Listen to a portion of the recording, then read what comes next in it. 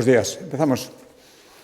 Moi ben, pois, rematada a reunión ordenaria do Consello da Xunta de Galicia, paso, como sempre, a dar conta dos asuntos máis importantes tratados e acordados. O primeiro, a proposta da Axencia Galega de Turismo e coa intención de seguir millorando todo o que supón o camiño de Santiago, e iso incluye moitas facetas, e tamén, por que non dicilo, co obxectivo posto no ano 2027, no ano Xacobeo e coas anos seguintes, esa década xacobea que temos por diante a partir do 27, seguimos traballando para conseguir que ese número creciente de peregrinos que camiñan hacia Santiago o faga, ten que ver con este acordo, nas máximas condicións de seguridade, é dicir, que sexa unha experiencia plenamente satisfactoria. Por tanto, aprobamos destinar 40 millóns de euros a mellorar a seguridade viaria en 150 km do Camiño de Santiago, cun obxectivo de realizar estas melloras de seguridade viaria a 4 anos. Que queremos? Actuar naqueles lugares onde o camiño transita xunto á rede de estradas de calquera titularidade e onde pode haber puntos que comprometan a seguridade viaria, é dicir, queremos afastar os peregrinos das zonas perigosas de circulación, pois facendo sendas peonís, facendo sinalización de tramos, pasos elevados, todo aquilo que contribuya a disminuir os riscos que teñen que ver coa seguridade viaria. Fixemos xa un estudio sobre os treitos máis perigosos, nos que, polo tanto, debes actuar, e a conclusión é que, en realidad, hai que actuar en todas as rutas xacobeas recoñecidas oficialmente, non coa mesma intensidade, non en todas existen os mesmos puntos onde é necesaria esta actuación, pero é certo que o plan, eses 40 millóns, incluye actuacións en todas as rutas xacobeas. Por onde imos empezar? Pois xa inmediatamente, neste mesmo mes de outubro, en dúas das rutas, no camiño portugués e no camiño inglés. No camiño portugués imos actuar no tramo que a altura, cando pasa por Caldas de Reis, Estrada Nacional 550, na altura do núcleo de Carracedo. Imos crear unha senda peonil que vaya aseacente a Estrada para alonsar os peregrinos dese tramo de Estrada Nacional e tamén mellorar os sinais para guiar os peregrinos por este novo treito. E no camiño inglés imos facer, empezamos xa neste mes de outubro, tamén decía, coa melloras de seguridade viaria en 2 puntos. En Abegondo, habilitando un itinerario alternativo e seguro por os lugares de Limiñón e Meangos, neste caso é nas marxes dunha estrada da Diputación da Coruña, e tamén na Sionlla, en Santiago, un novo trazado máis seguro en paralelo á Estrada Nacional 550, con balizamentos, trazado asacente, zonas onde non poderán pasar vehículos. Serán moitas actuacións, empezamos a de xeito inmediato para chegar ao ano 27, e, ademais, isto hai que engadir as actuacións de seguridade viaria, 17,5 millóns de euros que está facendo a Consellería de Planificación de Infraestructuras e que en moitos casos tamén afectan a zonas próximas aos camiños de Santiago. Son 17,5 millóns de euros solo nos últimos anos en seguridade viaria.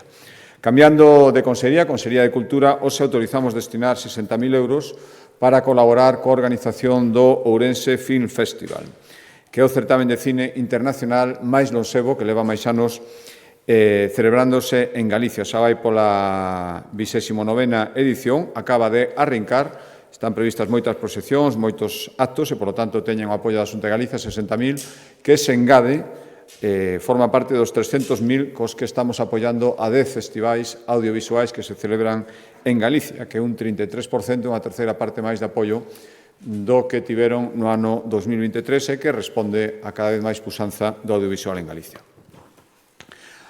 Cambiando de Consellería, Consellería de Presidencia, hoxe aprobamos unha revisión en profundidade do Plan de Protección Civil ante o risco de inundacións en Galicia, o que se coñece como Inungal. Hubo a primeira versión do plan do ano 2001, foi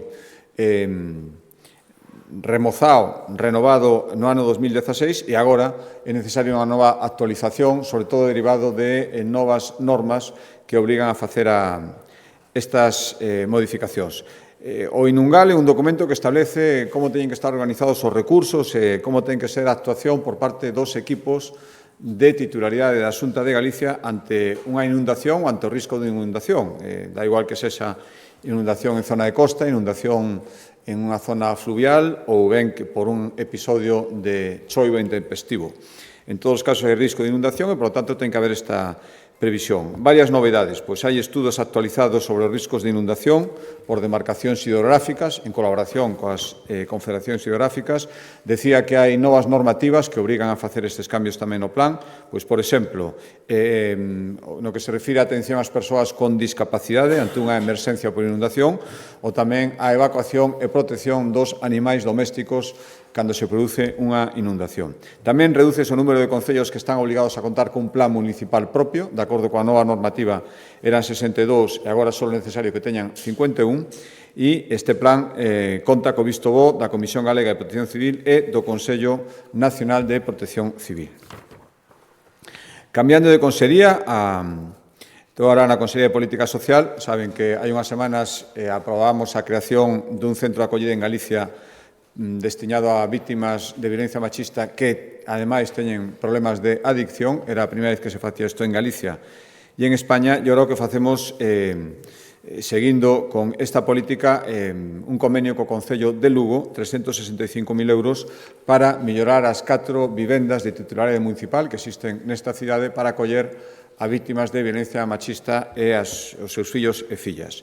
Xa digo, 365.000 euros, faise unha reforma en profundidade destas 4 vivendas, pois para adecualas aos estándares de accesibilidade, acabados e eficiencia enerxética que son necesarias. Estas 4 vivendas forman parte da rede galega de acollemento que temos en colaboración con varios concellos e que, en total, supoñen 80 prazas a disposición das mulleres vítimas de violencia machista. É a primeira vez que imos asinar un convenio destas características para unha reforma integral destas vivendas que, insisto, son titularidade de outras administracións, e isto hai que engadir os gastos que anualmente transfira a Xunta de Galicia para o mantemento, non para a reforma, como este caso, pero sí para o mantemento das vivendas que están nas cidades de Coruña, Ourense, Ferrol, Vigo, en Burela, en Chantada e na cidade de Lugo.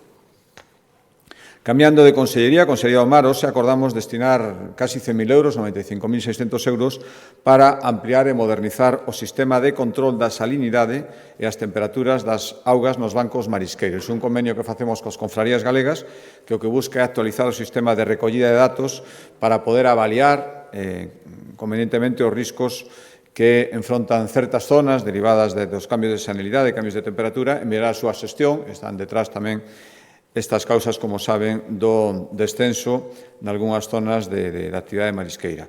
Imos adquirir 12 novas sondas que van ser fondeadas en puntos de interese polas cofradías e que contribuirán a recoller estes datos. E outro acordo tamén da Consellería de Mar é o que nos levou a destinar, a autorizar que se destinen 4,7 millóns de euros a proxectos tamén coas cofradías que promovan a sustentabilidade dos recursos pesqueiros artesanais en Galicia. Que tipo de proxectos poden recibir achegas? Pois aqueles que busquen facer estudios ou seguimento de evolución de determinadas especies ou de evolución dos hábitats onde están esas especies, todo o que ten que ver coa conservación da biodiversidade, control da saúde e evolución das especies máis explotadas agora mesmo en pesca artesanal, actividades formativas, en definitiva, todo o que ten que ver coa sustentabilidade dos nosos recursos pesqueiros de proximidade.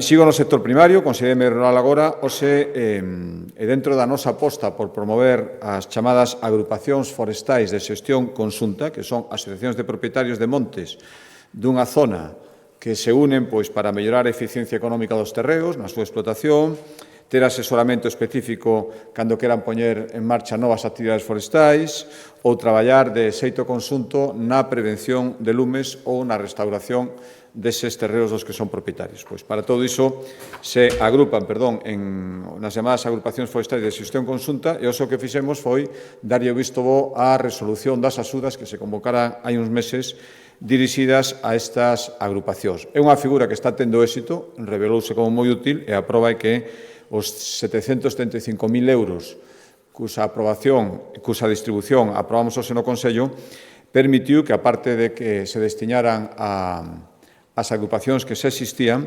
vanse ver beneficiadas por estes cartos 20 agrupacións novas, co cal había 24 e agora hai 44 que van ser beneficiadas destas axudas. Son 10 novas na provincia de Ourense, 6 en Lugo e 4 en Pontevedra.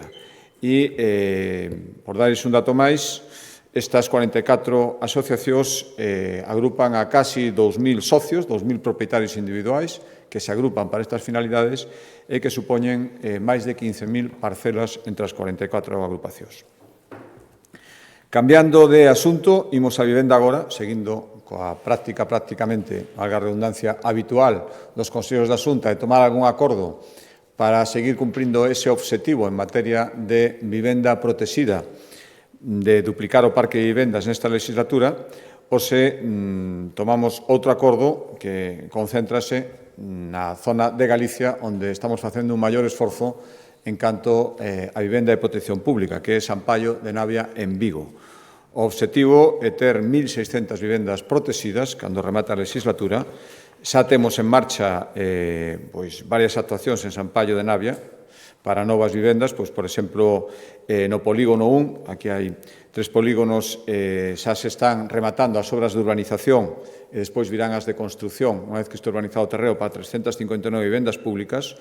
Estamos xa, polo tanto, isto xa está, colleu velocidade de cruceiro, traballando no polígono 2, xa aprobamos a licitación das obras de urbanización que no polígono 1, insisto, xa se están executando, 14,6 millóns de euros licitados para urbanizar e xa, para non perder tempo, que fixemos, mentras se licitan as obras de urbanización, o que fixemos foi tomar acordo hoxe de licitar a redacción do proxecto para a construción das 178 vivendas que irán neste polígono 2 unha vez que rematen as obras de urbanización. O que se trata de adelantando trámites burocráticos consonte as actuacións físicas se vayan verificando, que non haya que esperar unhos meses para facer trámites administrativos, é dicir, todo vai coordinado e o que facemos agora, xa digo, é licitar a contratación da redacción do proxecto desas 178 vivendas que irán no polígono 2.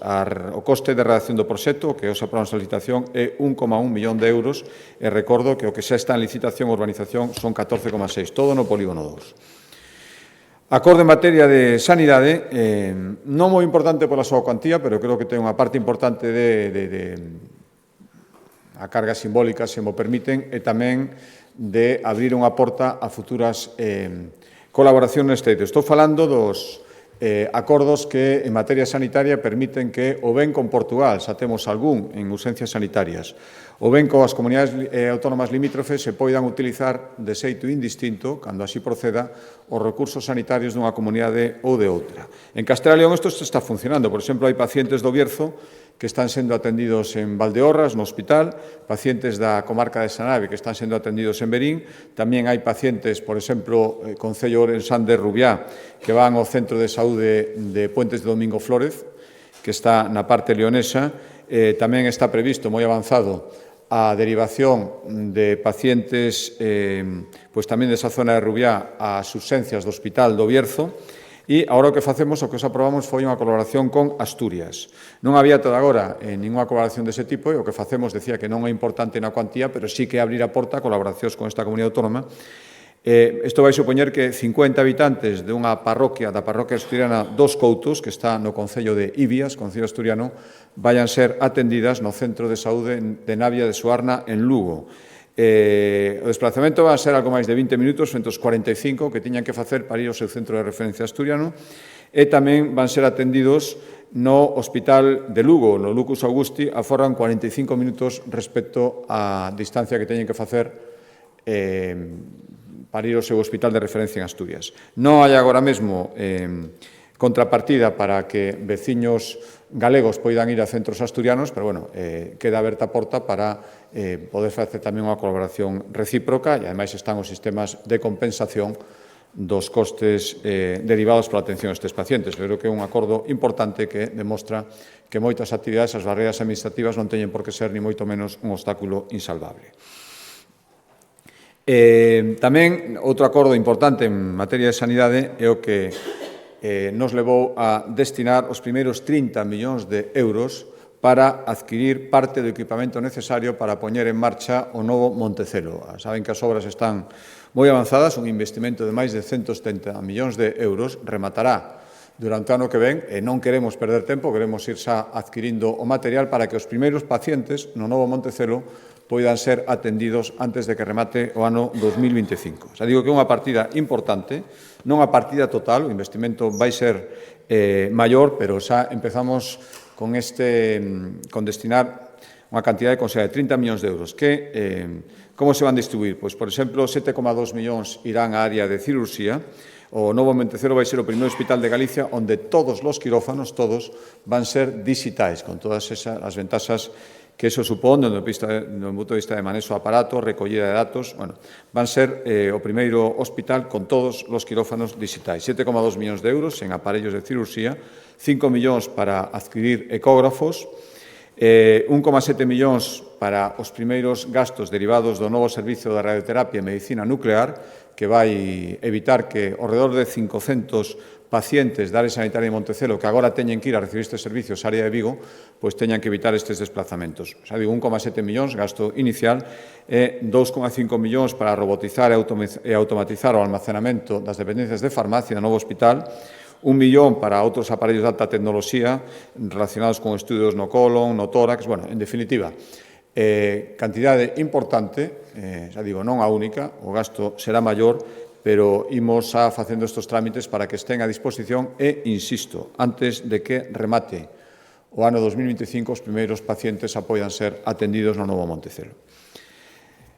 Cambiando de ámbito, con serie de educación, hoxe analizamos os datos da matrícula de formación profesional en Galicia. Saben que levamos tempo apostando por un cambio radical, levamos tempo apostando pola formación profesional, esa revolución silenciosa que decimos moitas veces da formación profesional, que, dende logo, está dando resultados, creo que bastante espectaculares. A taxa de inserción laboral na FP está por riba do 85%. Na FP dual está prácticamente no 100%, un 97%. Por lo tanto, o que é rendible como país seguir facendo esta aposta, e o facemos, pois, o que reflexe este informe, pois, por exemplo, ampliando o número de prazas que se ofertan en FP, máis de 46.000 de novo ingreso, é a cifra máis alta da historia, reforzando a oferta académica, 214 titulacións cada vez máis adaptadas ás necesidades do mercado laboral, mirando a rede de centros, pasamos dos 9 centros integrados que había no ano 2009 aos 28 actuais, son os centros que teñen máis demanda de matrícula,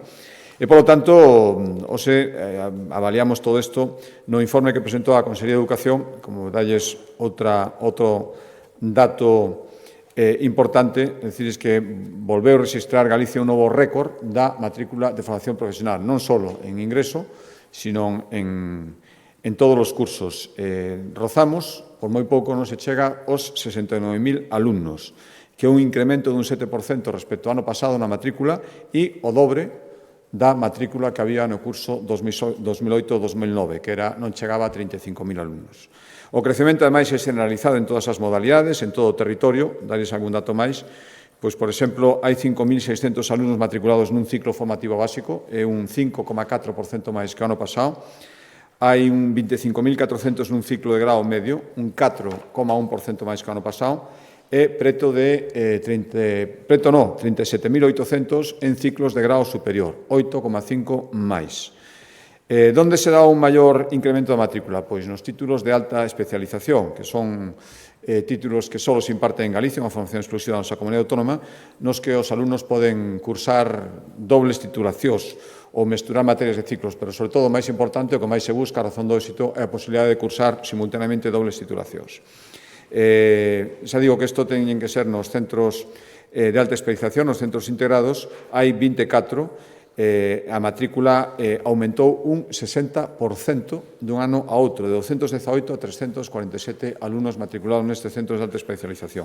Os másteres de FP tamén hai un aumento importante, 60% de aumento de matrícula, de 632 alumnos a 1.006, na formación dual, 36% máis, de casi 3.000 a máis de 4.000, e, por último, creo que é importante, fíxose unha especial aposta por reforzar a oferta nos centros de FP que están no rural, e aumentou a matrícula un 8% respecto ao ano pasado. Por lo tanto, ao final, para saber se vas ben, creo que o máis importante é ver se o alumnado responde, se se matricula, e creo que estes datos acreditan que imos polo bo camiño.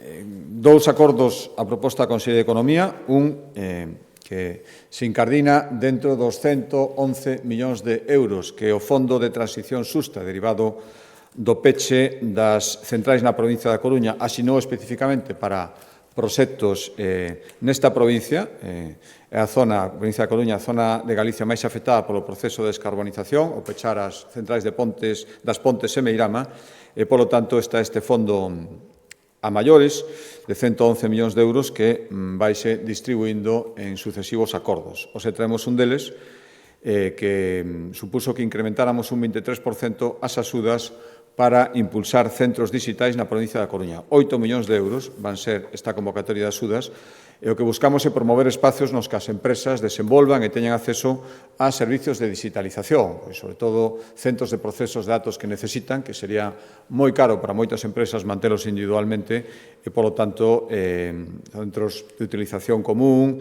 sistemas de monitorización remota de moitas instalacións de moitas empresas, en definitiva, centros comuns aos que se adiren moitas empresas aforrando así custos. Ata de agora, xa digo que esta non é a primeira convocatoria, só podían acceder pequenas e medianas empresas, agora tamén permitimos que grandes empresas que, aínda así, non ven rendible facer unha inversión singular, se poidan adherir a estas axudas para centros de digitalización.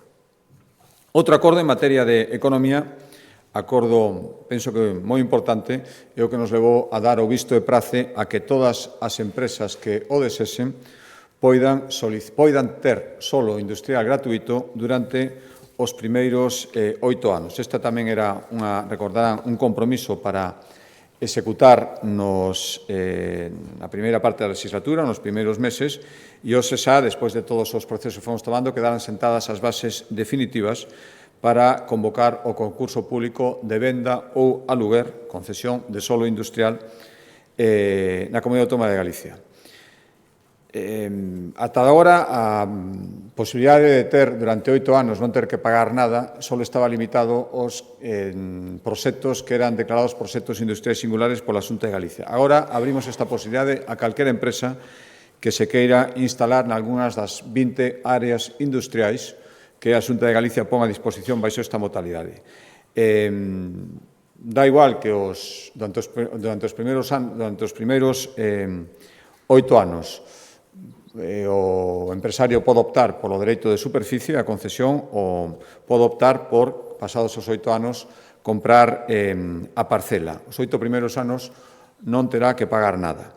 Que pasa se pasados 8 anos opta por unha concesión? Pois haberá unhas criterios de adxudicación. Pois o primeiro, que se varias empresas solitan ese terreo, a prioridade será que aquí sí que terá que ver que sexa un proxecto declarado industrial estratégico a partir do 9º ano. Tamén as empresas que baseen moito a súa actividade en eficiencia enerxética, que teñan autoconsumo, que formen parte de comunidades enerxéticas, terán preferencia, e se queren mercar a parcela, pois, lóxicamente, os criterios serán a cuantía económica do que se oferte, sempre primará maior sobre a menor, que o promotor xa teña unha parcela colindante con unha instalación que tamén este funcionando, ou que conte, se non é colindante, con máis parcelas dentro do solo empresarial. Pero, insisto, nun caso ou noutro, os primeiros 8 anos serían anos de balde para o promotor. E, último acordo, que agora explicará un pouco máis polo miúdo a Consellería de Medio Ambiente, ten que ver cun asunto no que buscamos seguir mellorando a xestión dos residuos domésticos e seguir avanzando na reciclaxe, que, por outra banda, é algo que ven obligado e determinado tanto nos plazos como nas posibles sancións por parte da Unión Europea. A normativa estatal, a exposición normativa europea, establece que a partir do vindeiro xaneiro 2025 todos os concellos teñen que recoller de forma separada os residuos téxtiles. Por lo tanto, a nosa obriga é traballar para que os concellos poidan cumplir esta obriga que ven recollida, insisto, unha normativa estatal. E o que fixemos hoxe foi darlle o visto bo a destiñar 14 millóns de euros para a construción da primeira planta pública que existirá en Galicia para a xestión e reciclaxe de residuos téxtiles domésticos. Vai estar localizada nas instalacións que Sogama ten en Cerceda, terá capacidade para tratar 3.000 toneladas de residuos ao ano, con posibilidade de ampliacións, e a previsión é licitar as obras antes de que remate este ano e rematar a planta a mediados do ano 2026. Forma parte do Plan Estratégico 24-30 de Sogama, é unha obriga imposta por normativa europea e tamén normativa estatal, e somos perfectamente conscientes de que se os concellos teñen que facer esta separación, teñen que ter un lugar donde, unha vez separados estes residuos, poidan ter o tratamento axeitado. Por iso se construiu esta planta, para explicar un pouco máis polo miúdo, doi a palabra á conselleira de Medio Ambiente.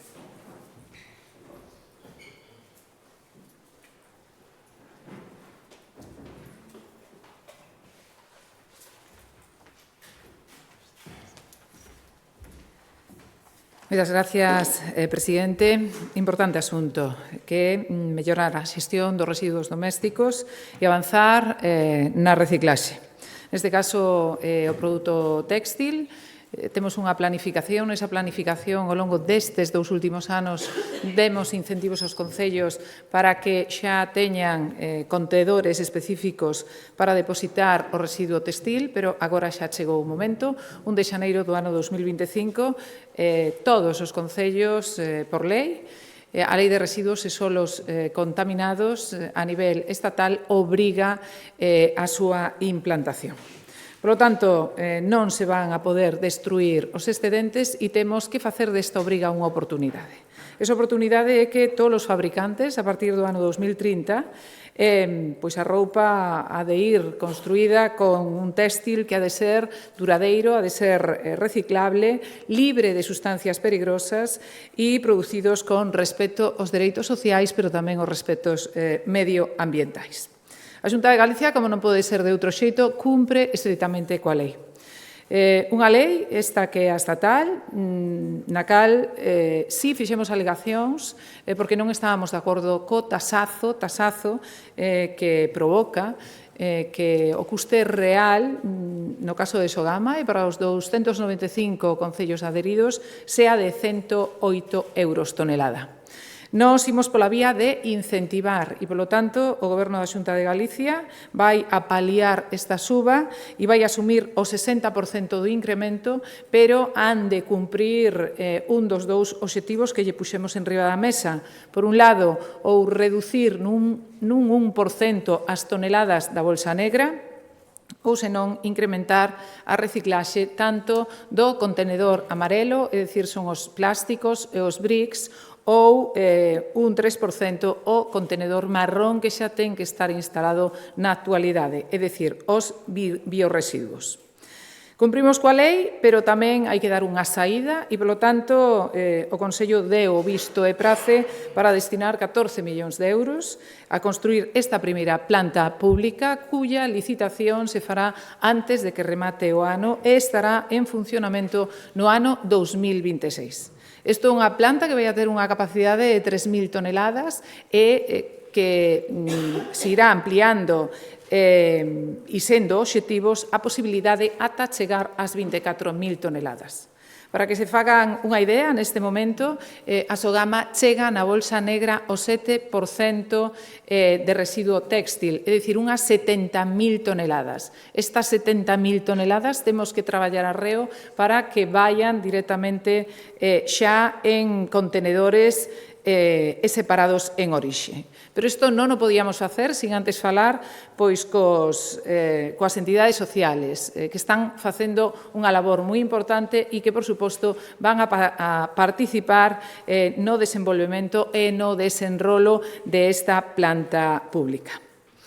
Son sectores importantes os que alrededor de todo este proceso e a través de un hub textil se poden instalar en Galicia e Sogama está traballando nese plan estratégico ano 2024, ano 2030, no cal xa vai a pivotar sobre 2 eidos. Un, esta planta de reciclaxe téxtil e outra, por suposto, ten que ser a trazabilidade. Unha plataforma que verá a luz en público, que leva por nome Traza, que o que vai a permitir é automatizar todos e cada un dos seguimentos dos residuos que entran na planta de Sogama. E para o cal tamén imos a destinar 2,1 millóns de euros. Por lo tanto, imos habilitar trazabilidade, imos ir pola vía de servicios online para os concellos, para que eles teñan unha comunicación bidireccional, directa, con Sogama e eles mesmos, e, por outro lado, imos a cumplir os obxectivos. Obxectivos que son, por un lado, reciclar, e esa reciclaxe ten que producir economía en Galicia e, sobre todo, o que temos que seguir é avanzando nesa disminución de gases contaminantes, que son os gases de efecto invernadoiro, que, como sabedes, os últimos datos saíron á luz pública no ano 2023, imos por moi bo camiño e Galicia disminuiu 3 veces máis eses gases que a media de España e que a media de Europa. Nos estamos nun 19%, España está nun 6% e Europa no 6,1%.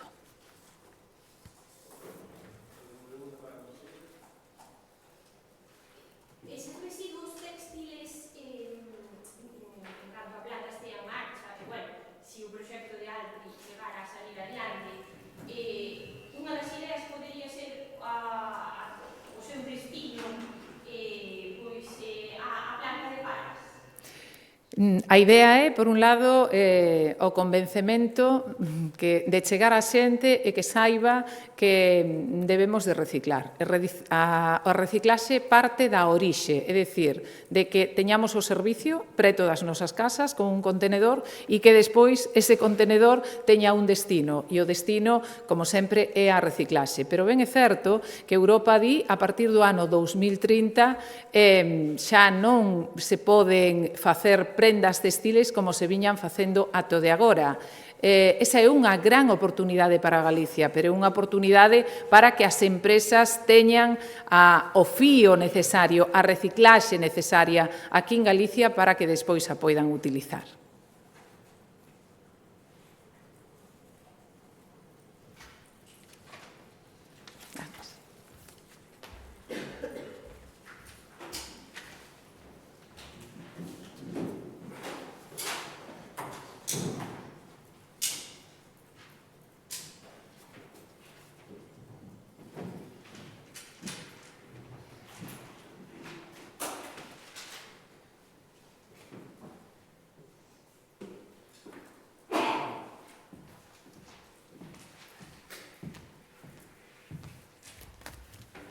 Bos días, presidente. Hola. 3 cuestións. A primeira relacionada sobre o anuncio que facía onte desa comercializadora de enerxía.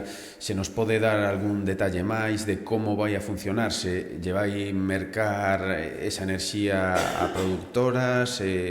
Vai acceder a ela xa no inicio? Bueno, explicar o sistema de funcionamento. A segunda cuestión é relativo aos informes do Consello de Contas que alertaban de que a metade dos fondos europeos quedaron sen executar. Que ten que dicir sobre iso, e tamén na presentación da estrategia de turismo ano 2030, non sei se contempla medidas concretas para evitar as masificacións turísticas que se viviron en Compostela, nas Rías Baixas ou na Mariña este verán. Gracias.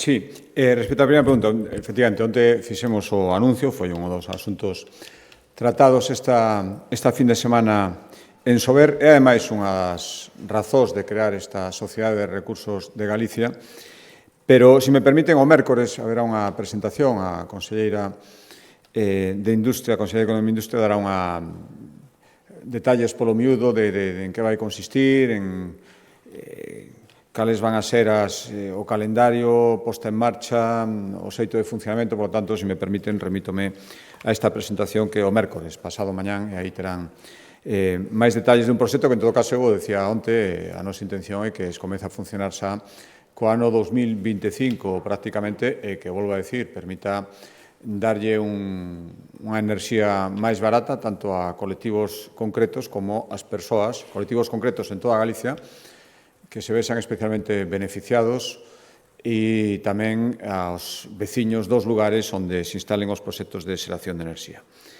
A segunda pregunta, o informe do Consello de Contas. No, mire, o informe do Consello de Contas o que fai é analizar a execución ano a ano de fondos europeos que teñen un período de execución máis longo, por lo tanto, o que hai que facer é velo no seu conxunto. Estamos falando de períodos de execución de 6-7 anos e, por lo tanto, a planificación, proxectos complexos moitas veces que existen moitos trámites administrativos, moitas actuacións antes de facer a execución do gasto, que, insisto, pódese facer dentro do período. Por lo tanto, se o que se analiza son os primeiros anos, é lóxico que a execución sexa máis baixa. O importante é analizar a execución no seu conxunto cando remata o prazo en isto, e ten recoñecido o Goberno Central, eu comentaba outro día tamén o presidente Sánchez, ten recoñecido que Galicia ten un nivel de execución dos fondos europeos cando rematan os períodos de execución moi notable e moi por riba doutras comunidades autónomas.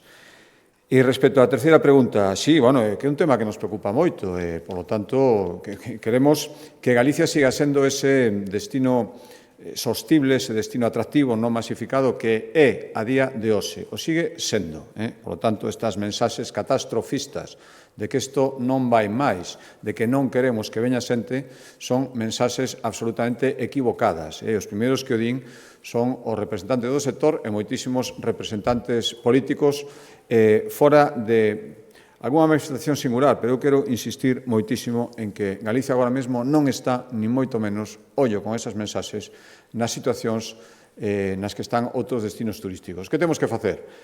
Garantir que isto siga sendo igual. Efectivamente, o plan insiste moito na desestacionalización. Cada vez veñen persoas a visitarnos fora dos meses centrais. O Camiño de Santiago é un perfecto exemplo. Rematamos o mes de setembro cunha cantidade moi importante. O mes de outubro, como decían algúns profesionais, ali mesmo en Ferrol, outro día na presentación, ten moi boas perspectivas. Os primeiros meses do ano que ven tamén. Creo que isto é bo para todo o mundo, que teñamos actividade turística todos os meses de ano. Eso evita concentracións e permite que tamén haxa traballo máis meses que os meses centrais.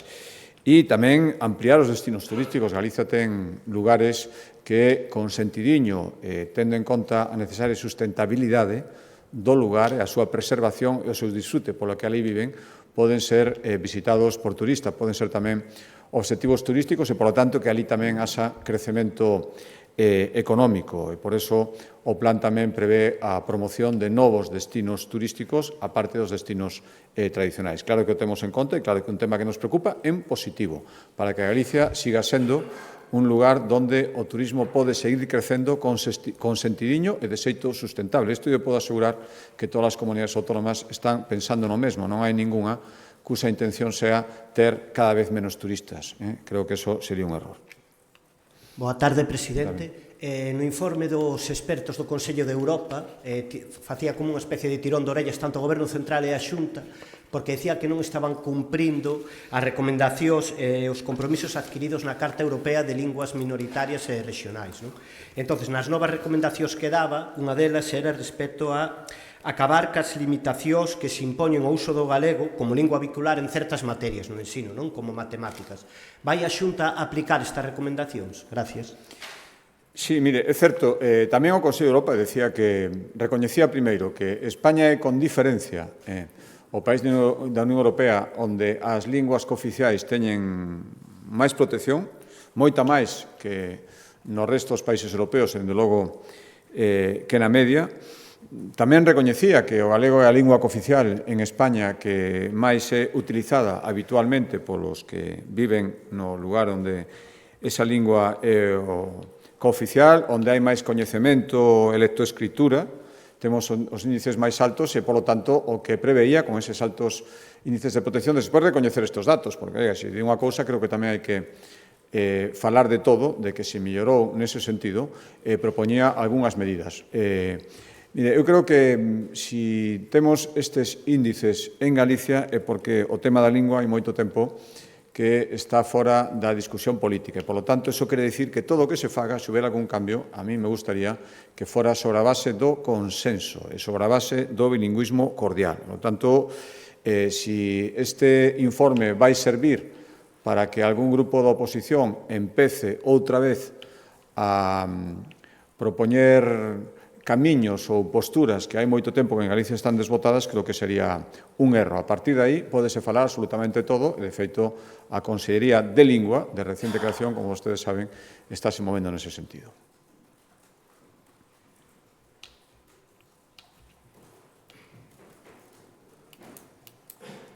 Sí, presidente, recollendo un pouco o que acaba de dicir, que lle gustaría que houvese consenso sobre este asunto, o PP é o único partido que rompe este consenso. Entón, non sei que parte cree de responsabilidade que ten agora mesmo o partido ou a Xunta sobre a existencia ou non dese consenso común máis alá de posturas políticas.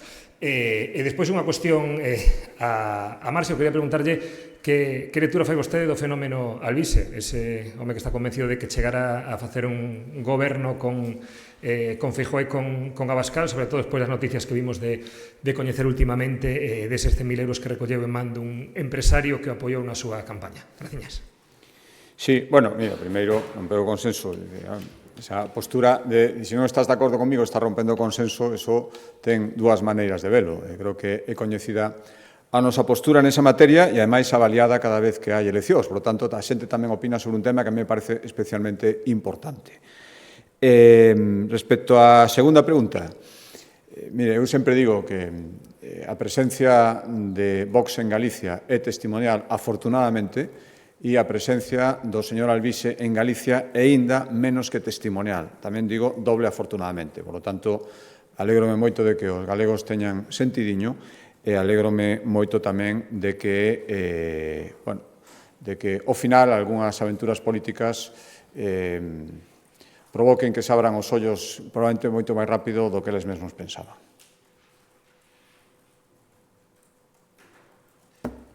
Boa tarde, presidente. Quería preguntarlle primeiro porque na reunión do pasado xuño que mantivo co CEO de MasOrange agradeceu á compañía o compromiso con Galicia e agora presentan un ERE para despedir a case o 20% da súa plantilla na comunidade.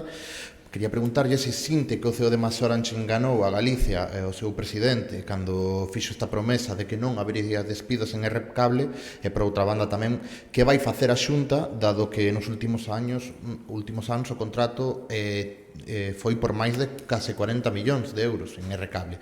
E, por outra banda, queríalle preguntar tamén, porque o PSDG denunciou a semana pasada a externalización de contratos á carta na programación da CRTVG, donde a semana pasada a Asamblea de Traballadores anunciou unha folga indefinida con paros durante o mes de outubro, entre outros motivos pola denuncia da manipulación informativa que existe na canle pública. A pregunta é como acollen esta nova dunha folga na televisión galega dentro do Goberno de Galicia e que lle suxiren estas denuncias do PSDG. Grazas.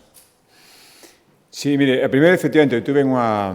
Xa tivera outra, era a segunda reunión co CEO de MasOrange. Teño que decir que nesa reunión, non sei se nese momento tiña planificación ou non, este tema non foi comentado. Tamén é certo que unha vez que tiñan tomado a decisión de que se xera público, tuve unha chamada para decirme que se iba a producir esta nova. Eu o que lle pedín, e o que creo que me corresponde pedirlle, que tivera o mínimo impacto posible en Galicia, se pudera ser ningún, e que, dende logo, eso non supusera en ningún caso unha merma das prestacións as que os contratos lles obrigan. Por lo tanto, o que me corresponde agora é que os contratos sexan prestados na súa plenitude, exixir iso e tamén facer o posible para que o impacto aquí en Galicia sexa da mínima intensidade que se poida. Por tanto, creo que isto é o que corresponde facer e non se pode facer, desde logo, probablemente neste momento máis, pero desde logo tampouco menos, ser especialmente exixentes e ofrecer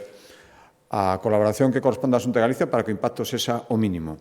E respecto a outra pregunta, mire, as denuncias do Partido Socialista, para min é moi difícil seguir os criterios en isto e en outras cousas do Partido Socialista, que un día che di unha cousa, ao día seguinte se automatizan, se autocorrixen. En isto, pois, un pouco o mesmo. Fora diso, hai convocada unha folga, máximo respecto á convocatoria e máximo respecto aos que queiran facer a folga e os que non a fagan, que seguro que tamén haberá moitas persoas que non concurran a esa folga. Respecto ao funcionamento da Compañía de Televisión de Galicia, xa me teño pronunciado outras veces e, por lo tanto, non vou insistir no que xa teño dito outras veces. Respecto da súa independencia da Xunta de Galicia. Moi ben, moitas gracias.